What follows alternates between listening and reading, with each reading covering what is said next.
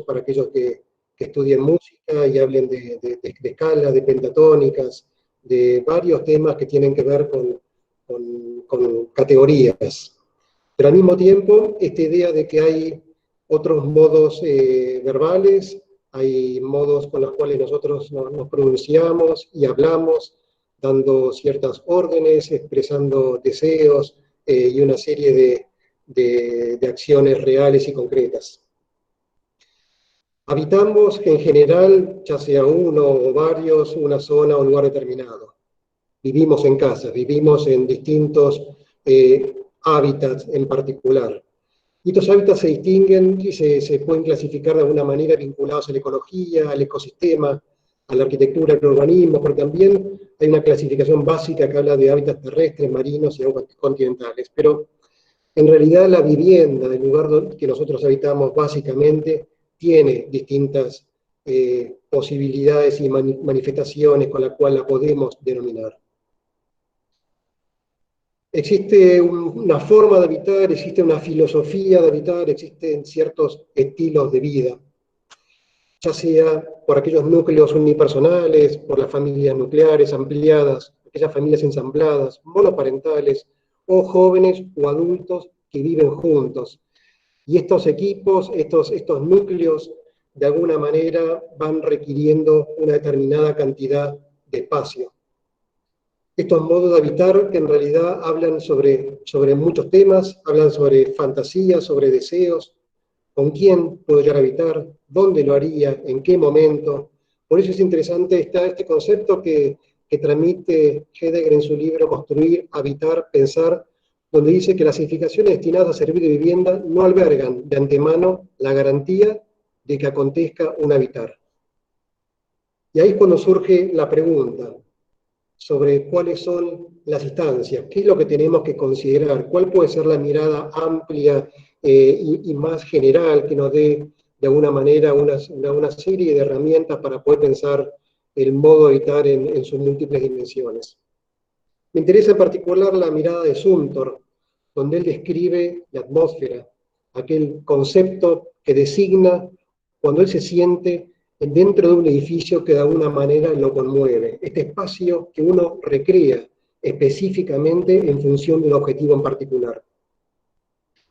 Escuché la vez pasada un reportaje que le hacían a un DJ muy conocido, Hernán Cataño, cuando él le tocó tocar en medio de dos estrellas en su momento, y actuales también hoy, los Chemical Brothers, y sobre todo quien fue su mentor, Paul Oakenfold. Y en realidad este espacio que él hablaba, en el cual tenía que producir su música, él decidió permanecer prácticamente en silencio. Decidió minimizar el impacto, generar una atmósfera prácticamente de nada. Decidió no habitar el lugar. La gente lo criticaba, le decía cosas, ¿por qué no tocas? ¿Por qué no pones tu música? En realidad lo que hacía era generar una transición, generar un vacío que le permitiera una atmósfera determinada para cuando venga el plato fuerte del postre, que era la presencia de Oakenfold al final, estuviera de alguna manera habiendo generado como una antesala previa que le pudiera predisponer a la gente a bailar con otro tipo de dimensión.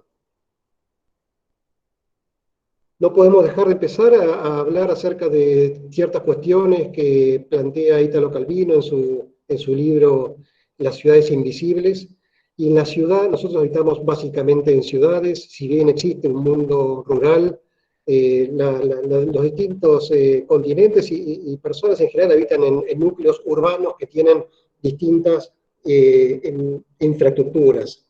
Pero estas ciudades de Calvino, ciudades de fantasía, donde él imagina un habitar totalmente irreal, donde muchas cosas pueden pasar, de alguna manera y muy poco a poco se va volcando en las distintas manifestaciones de las ciudades.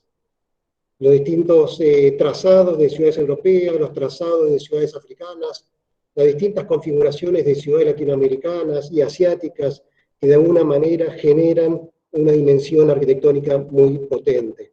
Pero no podemos evitar de construir en relación al déficit habitacional que tenemos y tienen todos los países prácticamente hoy. Esta idea de que la ciudad se involucra directamente con el espacio público, el espacio ágora donde pasaban todas las cosas, en la antigua Grecia. Para aquellos que también ven las series, Vikings, por ejemplo, el espacio público, esta mini micro ciudad que es este gran galpón donde todo acontece. Hay una situación determinada que se produce cada X cantidad de años que tiene que ver con el hábitat, con esta nueva agenda urbana donde se juntan distintos funcionarios, presidentes, aquellas personas, características que dirigen y tensionan el camino de las ciudades al futuro. Y es ahí cuando analizan e intentan bajar líneas sobre algunas cuestiones que tienen que ser de alguna manera incorporadas por todos los países, las provincias, los municipios, sobre cómo vamos a vivir de acá a futuro. Y sacan conclusiones acerca de lo que pasa, cómo se vive en las distintas ciudades. ¿Cuál es la diferencia entre una ciudad cosmopolita como New York o una ciudad, un pueblo, Mykonos en una isla griega frente al mar Egeo? Sin embargo, también piensan qué pasa en los microespacios, qué pasa, cómo habitamos aquellos lugares que son de uso transitorio, donde yo puedo quizás aparcar o no, donde de alguna manera estos lugares van relacionados con una dinámica del movimiento. Las ciudades entendidas con un movimiento que fluye y las oficinas que piensan algunas situaciones vinculadas con el movimiento sustentable, con el ahorro energético, las bicicletas hoy, habitamos ciudades de una manera más compleja. Pero estas ciudades también las pensamos desde su naturaleza, intentamos construir estas líneas de espacios. Muchos piensan acerca de corredores de jacarandás, de tipas, de liquidambas, piensan acerca de líneas en la ciudad que mejoran el habitar y se guían por estas cuestiones. Si uno habla con un pintor, si uno habla con una persona vinculada con el arte de alguna manera, él va relacionando su habitar en la ciudad con otro tipo de infraestructura y de guiones. Los colores de alguna manera le van marcando como ciertas guías. Los espacios públicos empiezan a incorporar tramas. Uno habita en distintas geometrías a través de la acción concreta del proyectual contemporáneo hoy, que empieza a generar esa suerte de ciudades y de espacios públicos, nuevas categorías. Y algunos proyectos, como puede ser en su momento, fines de los 80, el concurso del Parque de Villette, que ganó Sumi, con segundo premio de OMA, intentan generar algunas situaciones abstractas, cómo vincular un orden para habitar estos espacios públicos, estos parques, de una manera más potente y menos bucólica como se venía dando en su momento. Y al mismo tiempo, estas decisiones que se desarrollan en el espacio público en la ciudad van generando alternativas de edificio. Cuando Koolhaas plantea su proyecto de bandas horizontales, de fajas programáticas, le toca al mismo tiempo diseñar este proyecto en Lille, en Francia, habla sobre el mismo concepto. Habla sobre bandas programáticas, Z más C más E, un edificio que se junta por partes. Uno piensa en la ciudad constantemente e intenta involucrarlo en el edificio. De manera tal que múltiples oficinas, como también puede ser la oficina de Herzog de Meuron hoy, lee arriba a la izquierda el concepto de ciudad. ¿Cuál es la trama? ¿Cuál es el perfil? ¿Cuál es la construcción del vacío y del espacio público que se genera y termina de alguna manera desarrollando un edificio? Vivimos dentro de la tecnología, vivimos en lo que llaman una sociedad 5.0 que empieza a mostrar otras formas y otras posibilidades de relacionarse. Pero creo que no van a poder reemplazar lo que significa mirarnos a los ojos. Y a partir de ahí, el habitar hoy contemporáneo de todos nosotros empiezan a tener como un espacio abstracto en las redes, nuestro sistema de comunicación. Entendiendo también de que fuera de este sistema empiezan a pasar múltiples cosas que cuestionan y condicionan el habitar en general.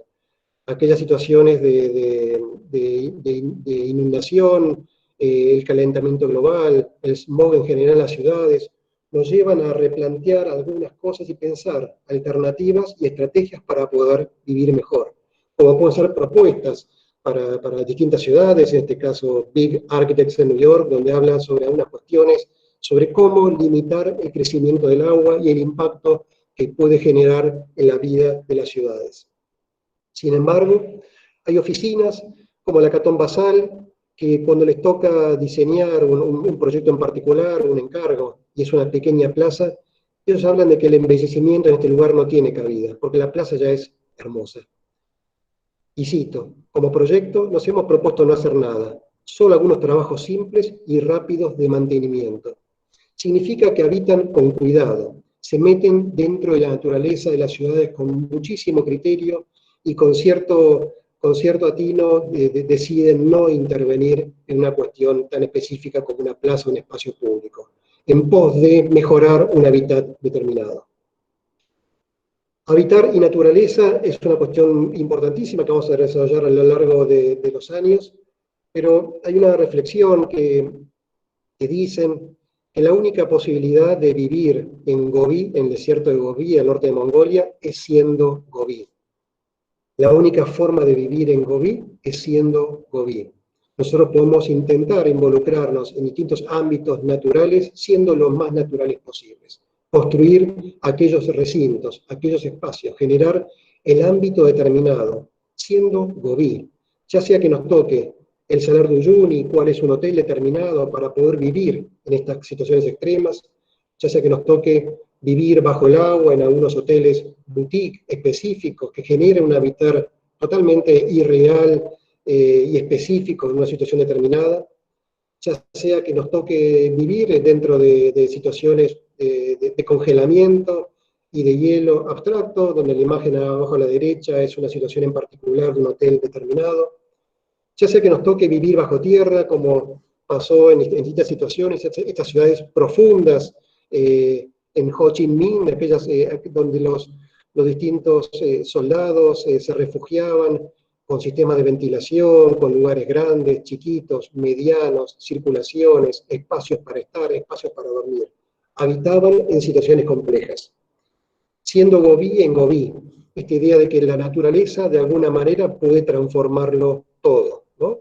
Y uno puede simular, ya sea que es la naturaleza la que conquista mi casa o es la casa la que abraza aquella pequeña y particular naturaleza.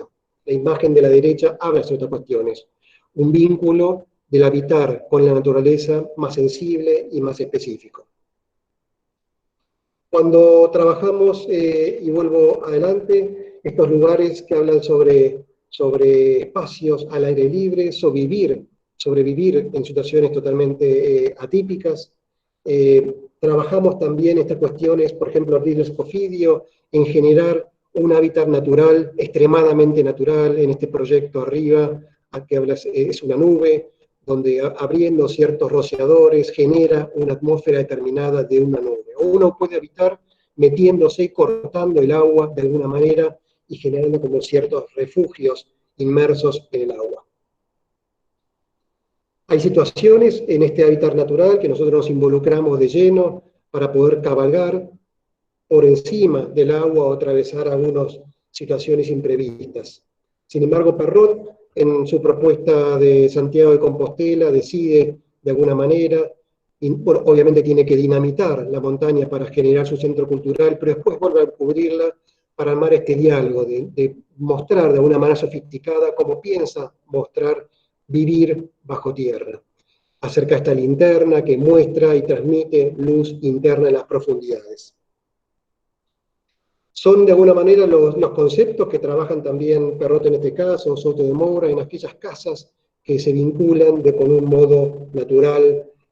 Son aquellas situaciones también que oficinas como Ejército de Morón intentan generar a través de estos edificios flotantes, que se vinculan en el habitar con la naturaleza de una manera distinta, de la manera como planteaba Le Corbusier, con sus patitas, elevando y no tocando la superficie.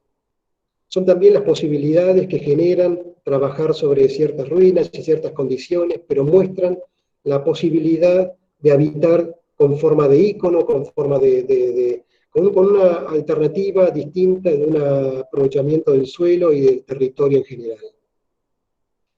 Hasta lograr de alguna manera lo que es casi imposible, que es la invisibilidad. Aquellos edificios que se vinculan con la naturaleza de una forma muy potente y logran habitar casi sin estarlo, como este edificio en particular, tratado con una serie de espejos y demás. Habitamos territorios, y este mapa es muy interesante porque muestra todos los países que habitan un poco el planeta donde vivimos. Argentina está en la segunda fila y es el quinto país, empezando de la izquierda a la derecha. Tiene una gran superficie y todos los países están acá para entender cuál es el territorio en el cual nosotros nos sumergimos y en el cual nosotros trabajamos. ¿Cuál es el territorio de aquella arquitectura nómade que puede ser, por ejemplo, la que desarrollan en el norte de Mongolia, aquellas edificaciones que se trasladan de un lugar a otro? Estos territorios también tienen particularidades, tienen situaciones donde uno puede excavar para intentar vivir con un principio que hoy es muy actual, el concepto de la geotermia, la temperatura más fresca en verano, más calentita en invierno, de estar bajo tierra. Hay situaciones después que en el mundo contemporáneo y actual se desarrollan en las escuelas, desarrollan en las oficinas, pero tiene que ver con entender el modo de habitar previo. Esta reflexión lleva a esta reflexión posterior que tiene otro tipo de geometría y otro tipo de voluntad. Sin embargo, entender el territorio posibilita también a que los estudios trabajen sus planos, sus superficies. Por eso es entendible cuando Saná en su rol exente, pero sobre todo cuando Oma en su centro de exposiciones en Agadir, su hotel, habla acerca de dunas y recrea en sus plantas la totalidad de las dunas. Habita un territorio, habita una naturaleza extremadamente movida. Y en los espacios públicos, en las plazas, Juan Herreros, España, habla sobre lo mismo. Cómo habilitar, cómo trabajar con superficies en un territorio amplio. ¿Cuáles son las tramas? ¿Cuáles son los dibujos que de una manera uno intenta generar en este tipo de espacio casi infinito? Para cuando uno lo aplique, cuando le toque a Eduardo Arroyo, cuando toca a Juan Herreros también, entender cuál es la dimensión arquitectónica, dónde tienen que posicionar el proyecto, cuál es la geometría y cuál es la decisión con respecto a un territorio que puede tener una situación proyectual determinada. ¿Cuál es el posicionamiento de aquellas estructuras, ya sea serra o ya sea una vivienda en particular? Intentan marcar ciertas líneas dentro de un territorio determinado. Y sobre todo, entendiendo de que hay posibilidades en las cuales uno marque fuertemente la huella en el territorio. Llámese en la costa de Uruguay o llámese en distintas regiones amazónicas con comunidades específicas. Esta idea de que uno habita el tiempo. Me interesó mucho esta imagen, donde en realidad el autor, hace miles de años, dibuja esta situación e imagina el edificio cuando está concebido e inaugurado el primer día. Pero al mismo tiempo, él imagina la posibilidad de habitar el edificio en su máxima expresión del derrumbe, la ruina absoluta. O sea, él habita el tiempo en su doble dimensión, cosa que es un tema muy, muy difícil de hacer nosotros en la facultad, de entender hasta dónde va a llegar, hasta dónde voy a poder utilizar yo habitar el edificio que diseño, y cuál es el dibujo, cuál es el medio que yo puedo elaborar, cuál es el tiempo. Esta idea de que uno habita un tiempo en particular. Y en la película Whiplash, que se la recomiendo, hay un diálogo, hay una situación muy intensa entre el maestro y el alumno. Vos habitás mi tiempo, y este es mi tiempo. Y si no estás a tiempo, estás en una situación más atípica. Uno no logra habitar ese momento. Hay un momento en el cual suceden las cosas. Intentar trabajar esta situación, este mínimo momento en el cual puede uno controlar, por lo pronto, una instancia de luz. Y entender de que hay situaciones como a la derecha en el cual una tipología se ve mejorada con respecto a la otra, porque tiene otro vínculo con este tiempo en particular. Uno tiene un momento en el cual puede sacarle el máximo provecho, y ahí define si está arriba o está abajo. Uno habita este tiempo, esta única situación en la cual puedo, sobre todo, cabalgar y habitar un espacio determinado, como esta ola enorme en Nazaré, Portugal. Uno habita sabiendo de que hay arquitecturas que trascienden. Esta imagen muy linda, que me la transmitió Jamil Cairuz, arriba a la izquierda, una obra de Le Corbusier en su tiempo. Sin embargo, otra obra de Le Corbusier hecha un render hoy, totalmente habitable en el mundo de hoy, como si fuera una arquitectura contemporánea, hecha hoy, 2020. Sin embargo, fue realizado hace muchísimos años. Esta idea que habitamos el tiempo en pos de situaciones arquitectónicas que se generan. Habitamos un tiempo. Y uno tiene que entender de que uno estrena una obra determinada, pero mientras la habita, mientras la vive, se produce ligeramente el deterioro.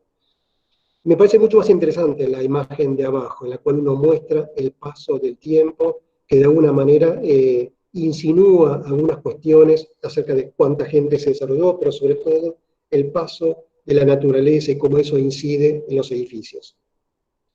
Expertos, la oficina de Gerson de Merón también, en entender de que con mayor acierto quizás a la izquierda, cuando trabaja estas situaciones del bañado del hormigón, con el óxido del material, me parece más interesante en esa situación en particular, con un cliente determinado vinculado con el arte, y menos a la derecha con una producción fabril determinada. Pero uno habita situaciones. Este pabellón Escuchar, de una oficina suiza muy linda, donde en realidad lo que ellos intentan hacer es que vos entres al pabellón y escuches, solamente escuches. Y quizás con la imaginación uno pueda recrear aquella batalla campal en un bosque justo al lado. Uno habita el tiempo, un momento determinado. Este edificio me parece muy interesante, el más interesante de la obra de Solano Benítez, el arquitecto paraguayo, que habla sobre la tumba de su padre y le debe la conjunción de un espejo, ¿no?, para poder habitarlo. 4 estructuras de hormigón forradas en espejo que duplican hasta el infinito el espacio en el cual su padre está enterrado. Esta idea de que uno habita lugares atemporales, el tiempo presente como una medición y como un material proyectual en el cual uno puede sacarle distintas alternativas proyectuales sobre todo. Y uno trabaja en intimidad, uno trabaja entre paredes, uno entiende de que hay un habitar que puede tener una gran confusión, una situación que hoy de alguna manera se refleja en muchísimos lugares y en muchísimos países al mismo tiempo. Habitamos este momento en el cual nosotros podemos contemplar nuestra obra, pero nos sumergimos en nuestra obra por completo, como hace Neil Peart, baterista de Rush, que murió hace muy poco, como hace Francis Bacon buscando su color amarillo que no lo encuentra. Uno habita de lleno en su espacio, en un momento de total intimidad. Y eso me da una reflexión acerca de cómo pensamos los espacios domésticos, que es el lugar donde nosotros habitamos prácticamente hoy todo el día. Y hay obras que estudiamos desde el inicio, desde arquitectura 1 a 5, e incluso hoy, que tiene que ver con este habitar doméstico de los maestros. Pero que lo que no puede ser es desprovisto de una situación en particular que cuente la historia. ¿Dónde habitaban ellos al principio y cuál fue su producción arquitectónica al principio? Para poder entender más y mejor dónde se dio el cambio. ¿Cuál fue la situación o el momento determinado en el cual entendieron su producción en el habitar que generó de alguna manera esta posibilidad? Cambiar la obra arquitectónica y diseñarla en función de nuevos patrones. Obviamente, mucho más entendible quizás la Ville Savoye en un contexto del Delta, por ejemplo, donde se justifica esta sexta fachada por debajo y distintas situaciones que Le Corbusier transmitía. Esta idea de habitar lo doméstico, entendiendo de que uno mira por la ventana, pero al mismo tiempo es observado por fuera. La mayoría diseñamos, dibujo arriba a la izquierda, el edificio por fuera, pero también hay que generar esta instancia dual, de nosotros percibir el paisaje y abrir ligeramente la ventana, correr la cortina de la ventana y ver qué pasa. Esta situación se da en múltiples arquitecturas, desde la metabolista japonesa hasta situaciones más contemporáneas hoy, donde habitamos otras escalas. El espacio doméstico vinculado a la arquitectura en sus múltiples manifestaciones, que tiene también el movimiento como propio. Cuando Le Corbusier habla en su obra En la Plata sobre estas rampas, cuando Pulkas habla con todos esos sensores que vinculan un nivel con otro para resolver una cuestión de salud en particular de un usuario determinado, habla sobre este espacio doméstico que necesita estar resuelto. Y en el medio generamos obras. generamos múltiples arquitecturas que hablan sobre cuestiones abstractas, que hablan sobre naturaleza, que tienen esfuerzos estructurales, que hablan sobre materialidad completa, es madera, es blanco, es 100% hormigón. Y también habla de cuestiones más conceptuales, como esta que le tocó a Eduardo Souto de Moura, cuando tiene que diseñar estas dos casas para un mismo cliente, que le pide una casa con techo plano y una casa con techo inclinado.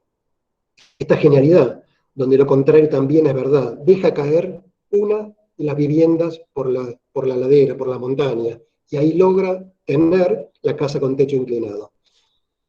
Habitamos inteligentemente, habitamos teniendo ciertos espacios domésticos y fragmentamos en muchos casos nuestras viviendas. Y tenemos todo por separado. Tenemos la vivienda, tenemos el baño, tenemos la cocina, tenemos el lugar de estar, tenemos un espacio doméstico que se vive con otro tipo de intensidad. Donde es tan importante el fragmento, aquel cubito, aquel volumen, aquella caja programática, como el espacio entre las distintas unidades.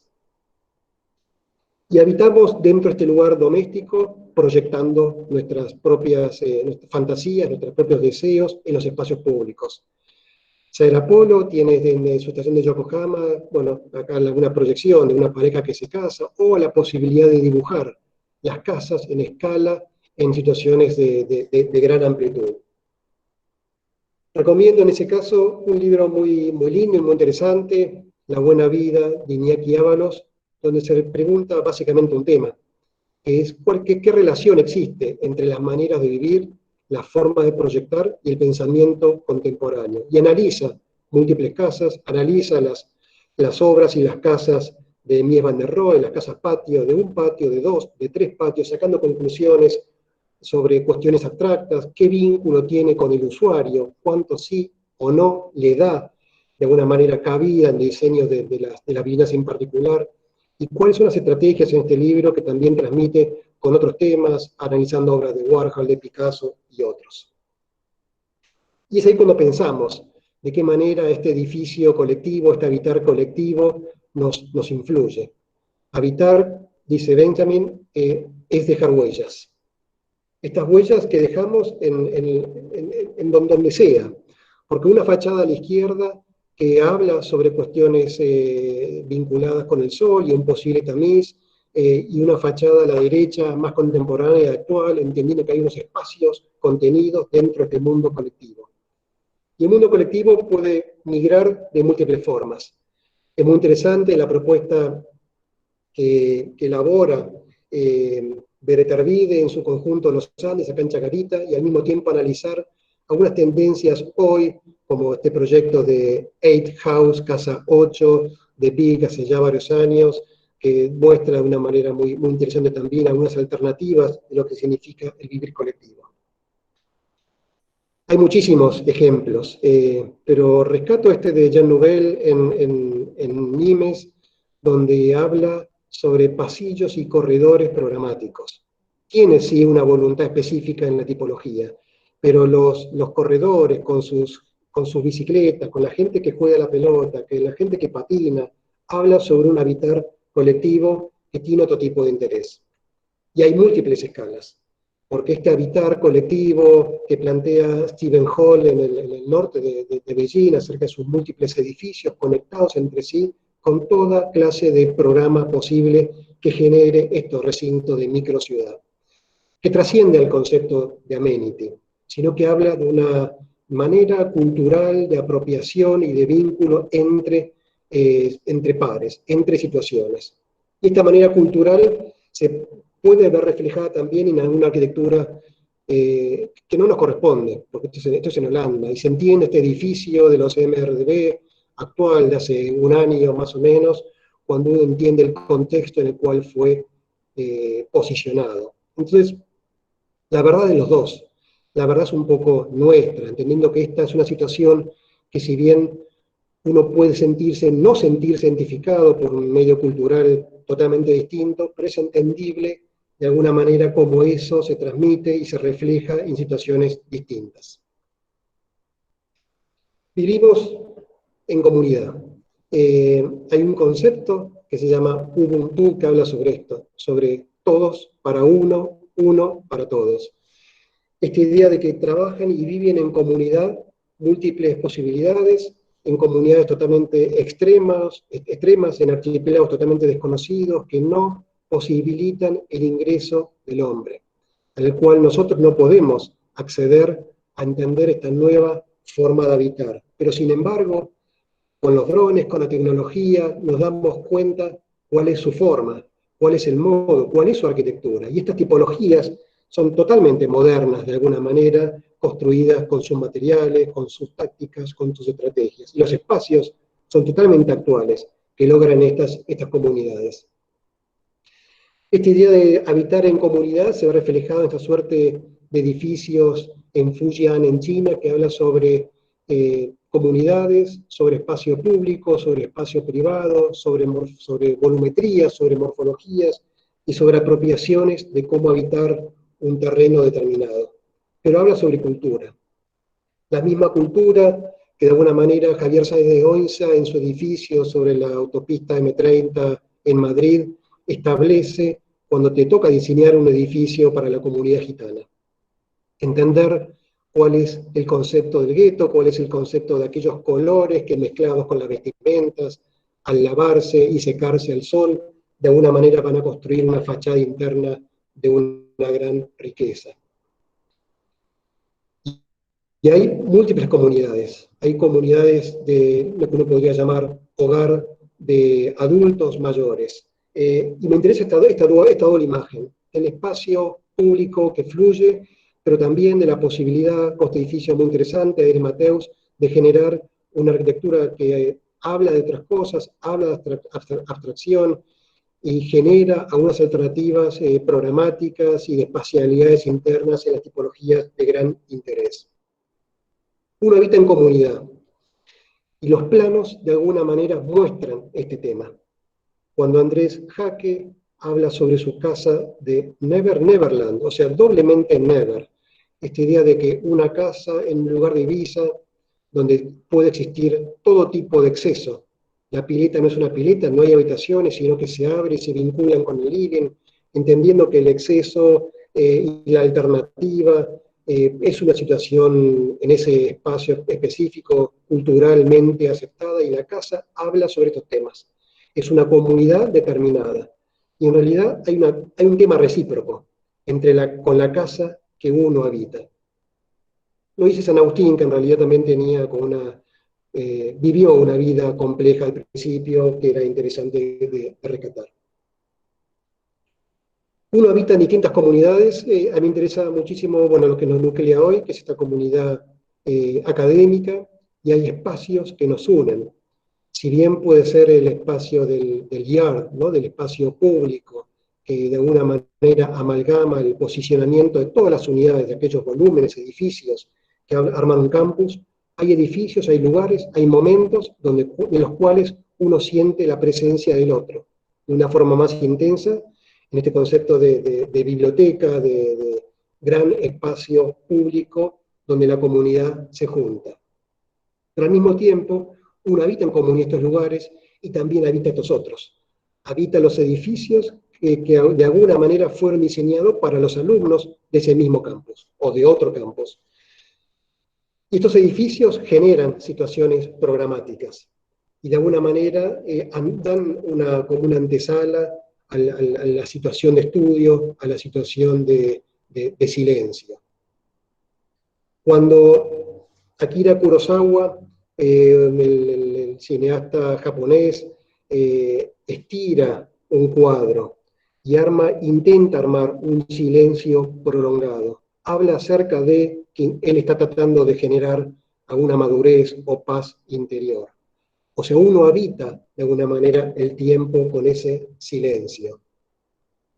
Es el mismo silencio que Marina Abramovic establecía en el MoMA, cuando ella se sentaba solamente a mirar a la gente, no le hablaba, se metía prácticamente en su mundo. El que entraba y se sentaba, la iba a habitar a ella, y ella iba a habitar al que se sentaba, hasta que apareció su exnovio, que dejó de ver luego de 22 años, cuando caminaron juntos los 22.000 kilómetros de la muralla china de un extremo a otro y decidieron juntarse en el medio. Y cuando se juntaron en el medio, cortaron en teoría para siempre.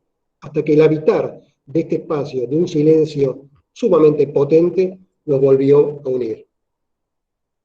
Uno habita estos silencios, ¿no? Uno habita esta forma de hacer. No hay una forma de hacer. Pero sí es interesante estas situaciones que uno puede volcarle a los edificios, como hace, por ejemplo, Nouvel en su hotel en Lucerna, con imágenes de cine erótico que refleja de alguna manera estos cielos. No es que la Capilla Sixtina tenga cielos eróticos, pero ha tenido una serie, una suerte de determinados desnudos que fueron después pintados por encima, no por Miguel Ángel, sino por otros, por orden del Papa tal en su momento. Esta idea de que uno habita en silencio. Este habitar es muy interesante, como uno habita estos conceptos de monasterio, uno habita el silencio de las palabras, de los gestos, de lo que imagina, de lo que siente. Y si hay algo que me encantaría hacer, en particular, es poder habitar este espacio. El convento de la Tourette, de Le Corbusier, que dudo lo pueda hacer en algún momento, salvo que logre desprenderme de mis 4 hijos y mi situación de alguna manera laboral y general que me posibilite deambular acá. Pero me hubiera encantado, una vez terminada la facultad, haber realizado un viaje de estudios e intentar pasar 1 o 2 noches en este lugar. Hay un habitar social, es entender, como de vuelta plantea Benjamin, que habitar deja sus huellas. Y tenemos múltiples personajes que nosotros reconocemos en los edificios. La pregunta sería, ¿a partir de qué momento nos apropiamos de la arquitectura?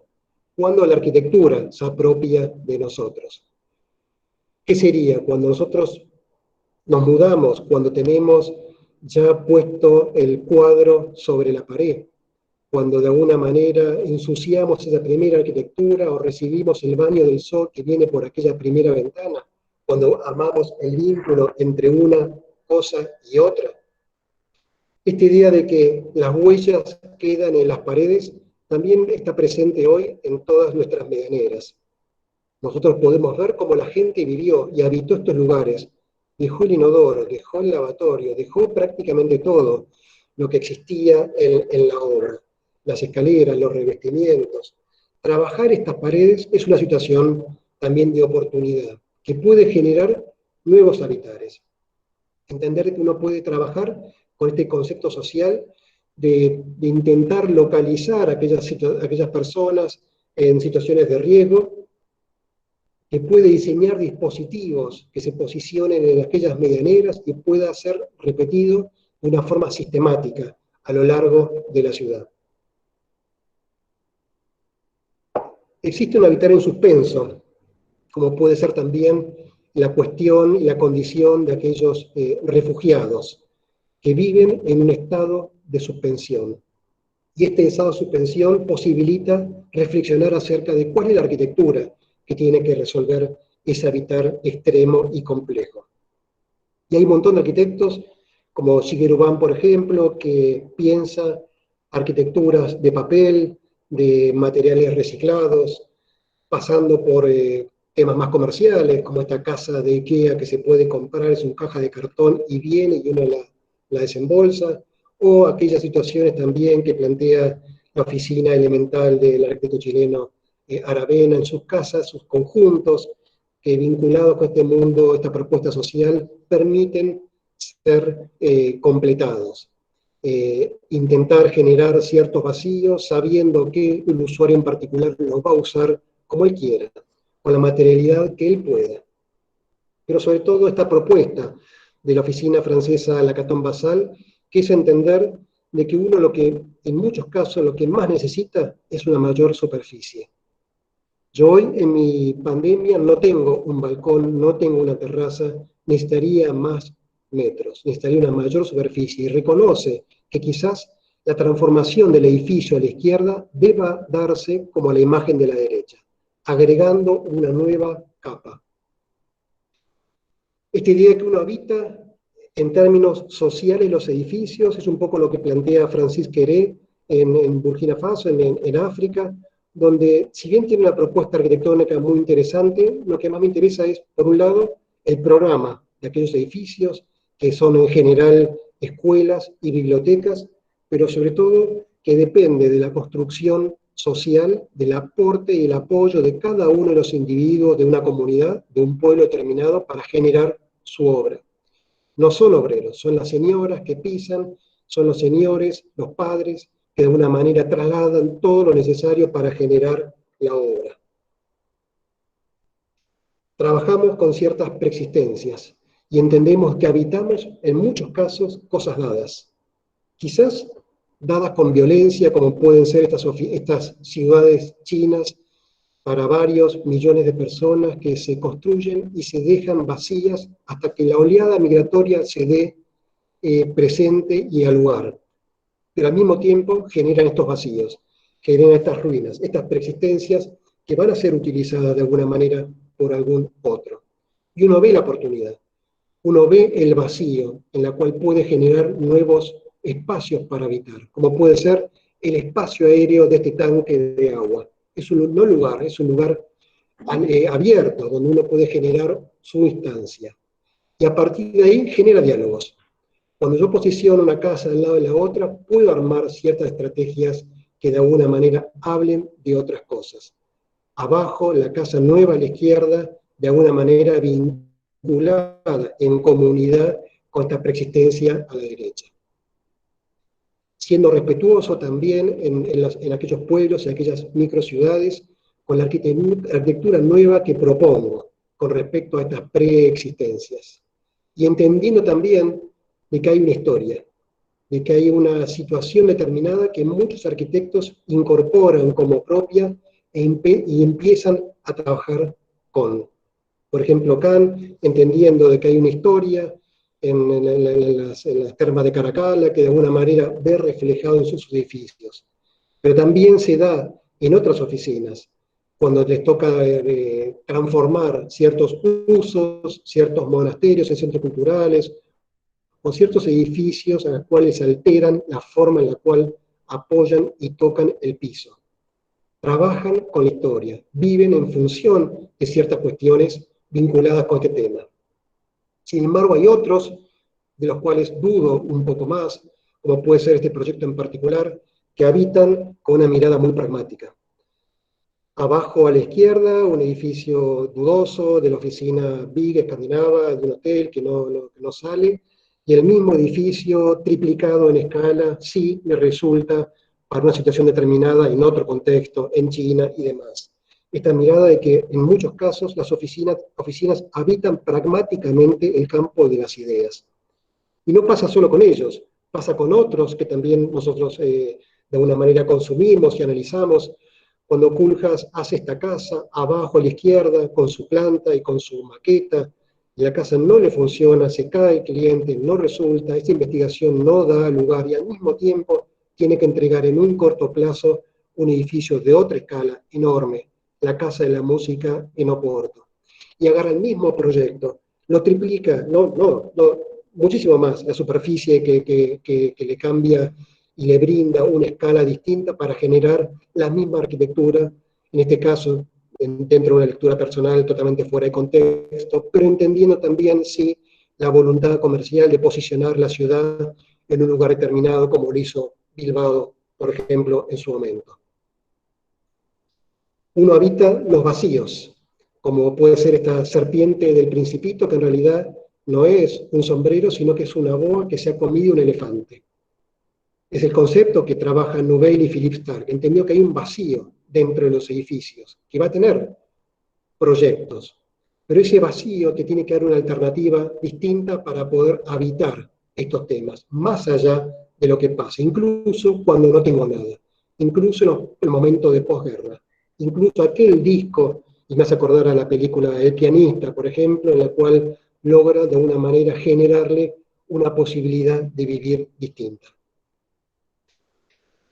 Es muy interesante esta obra de la oficina chilena, donde en realidad ellos habitan el vacío de una manera muy interesante porque lo construyen con su propio movimiento, corriendo en círculos, delimitan una forma arquitectónica y a partir de ahí una nueva posibilidad de uso del suelo. Porque cuando no hay un uso del suelo posible, cuando no te da el FOS, vos no podés ocupar la tierra por ciertos requerimientos de zonificación determinados de un municipio. La única posibilidad que te queda es trabajar en el vacío.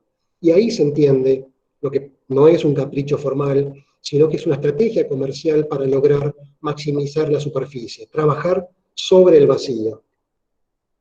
Esta idea de que aquellos edificios que trabajan este concepto del corte libre, de los volúmenes que fluyen en el espacio, ya sea estando a la derecha dentro de una situación determinada, de un proyecto donde vos ves la presencia del otro, como esta imagen muy interesante a la izquierda que sacó un ex alumno del taller que habla sobre cómo habito el corazón de mi guitarra. Esta es una foto, la verdad que es muy interesante, sobre cuál es el espacio de mi guitarra en el cual él posiciona la cámara y en realidad habla sobre cuestiones arquitectónicas. Fue construido este espacio, este pulmón del instrumento con cuestiones arquitectónicas.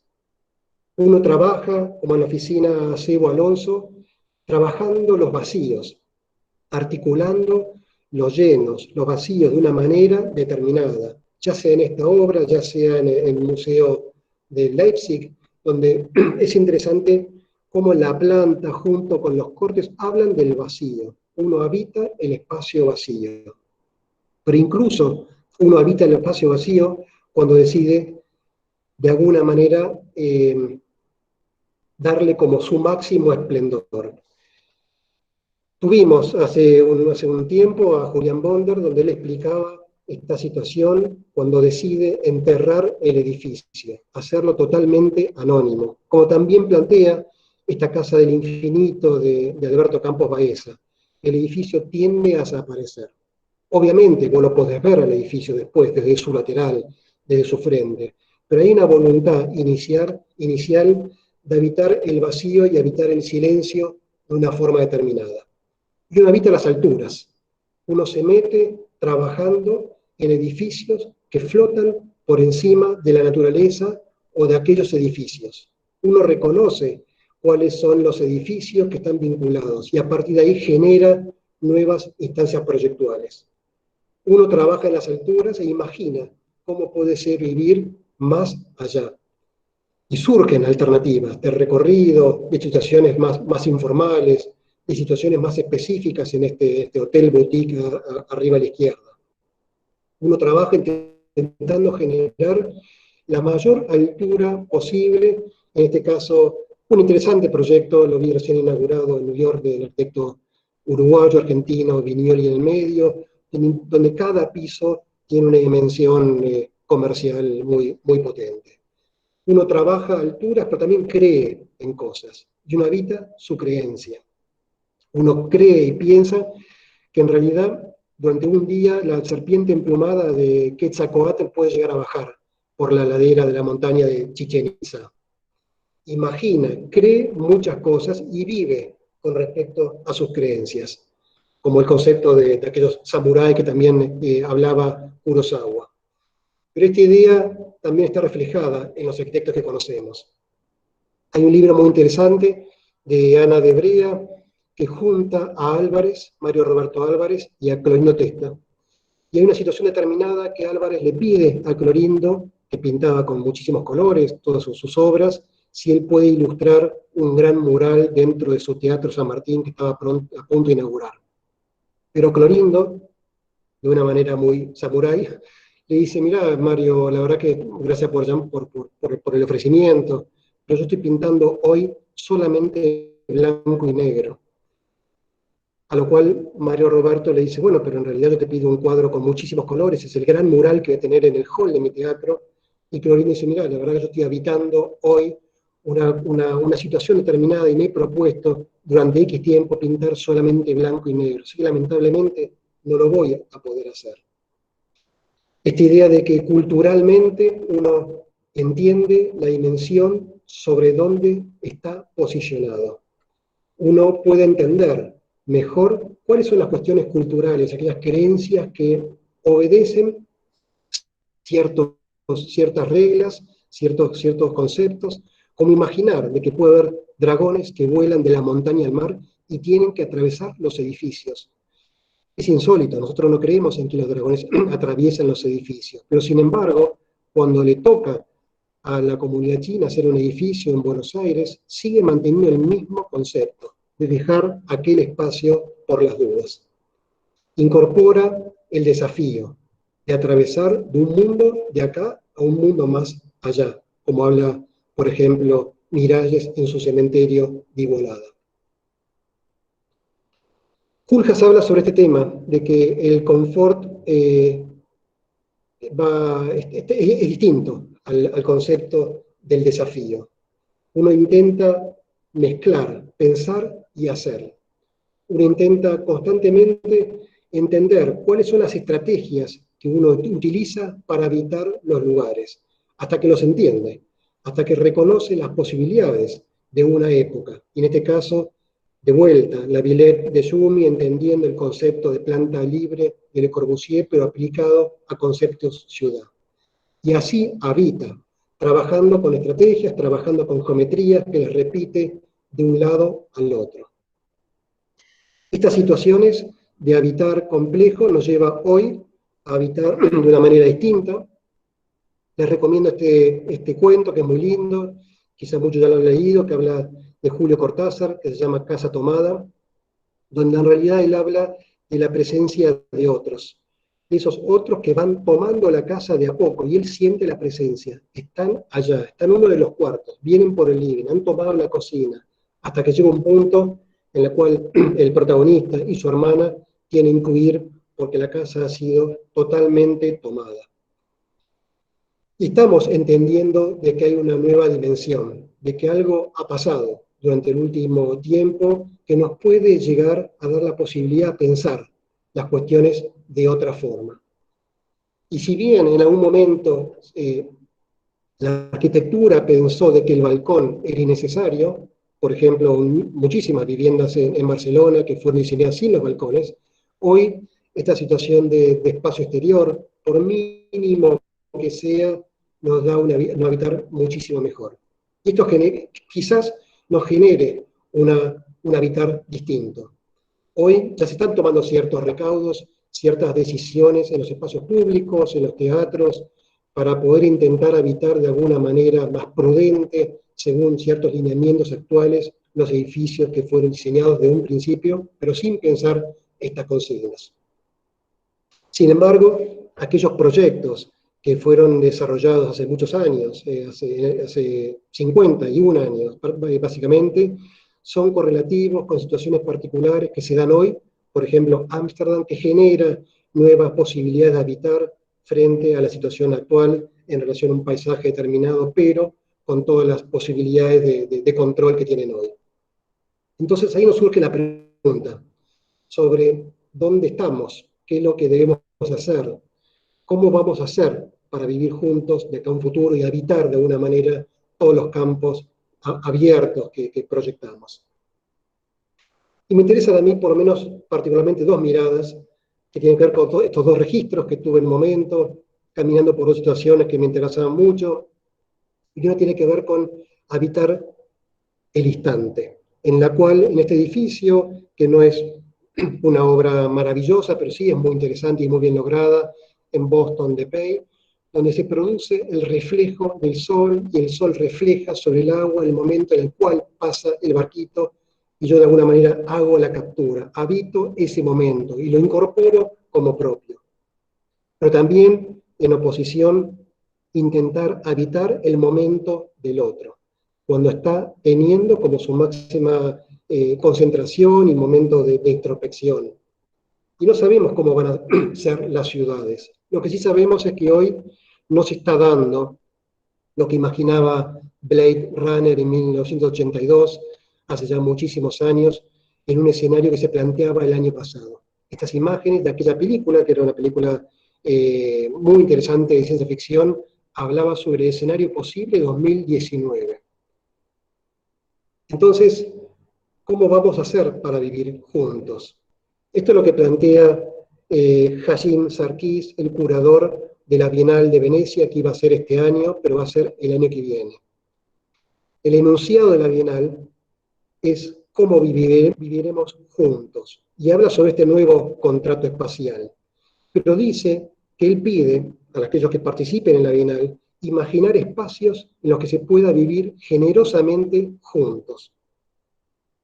Y habla sobre juntos como seres humanos, juntos como nuevos hogares, juntas como comunidades emergentes, juntos a través de las fronteras políticas y juntos como un planeta que enfrente una gran crisis que requiere una acción global para poder continuar viviéndolo.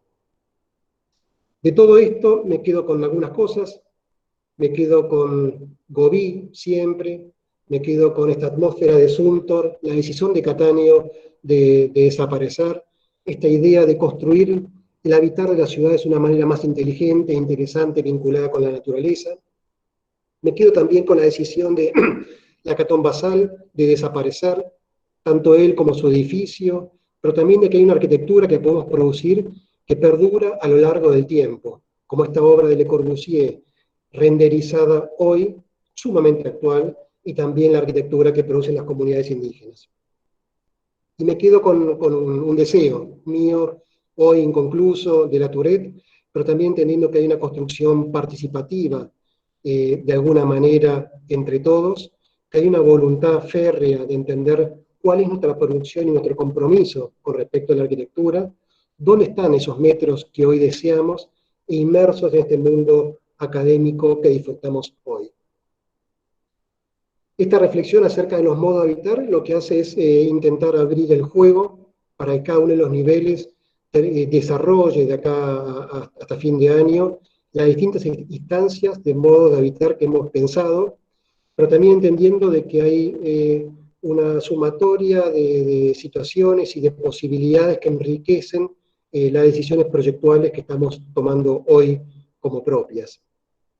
Creo que con el tiempo uno podría profundizar todos estos temas que charlamos recién, porque se podrían armar múltiples charlas con cada uno de los conceptos, que es un poco lo que puede llegar a pasar después en la intimidad de cada uno de los cursos. Gracias.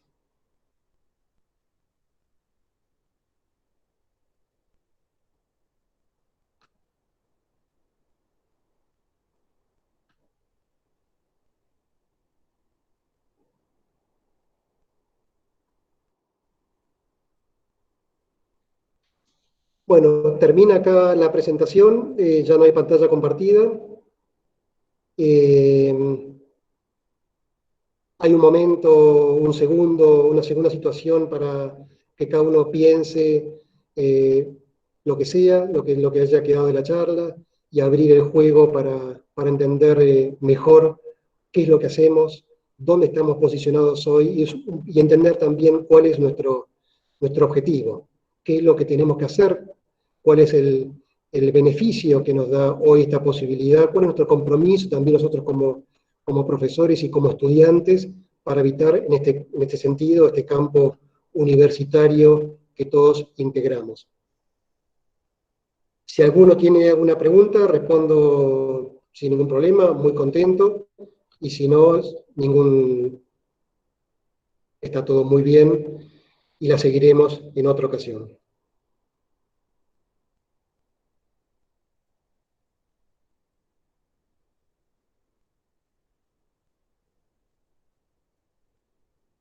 Bueno, les mando un fuerte abrazo a todos y nos volveremos a ver.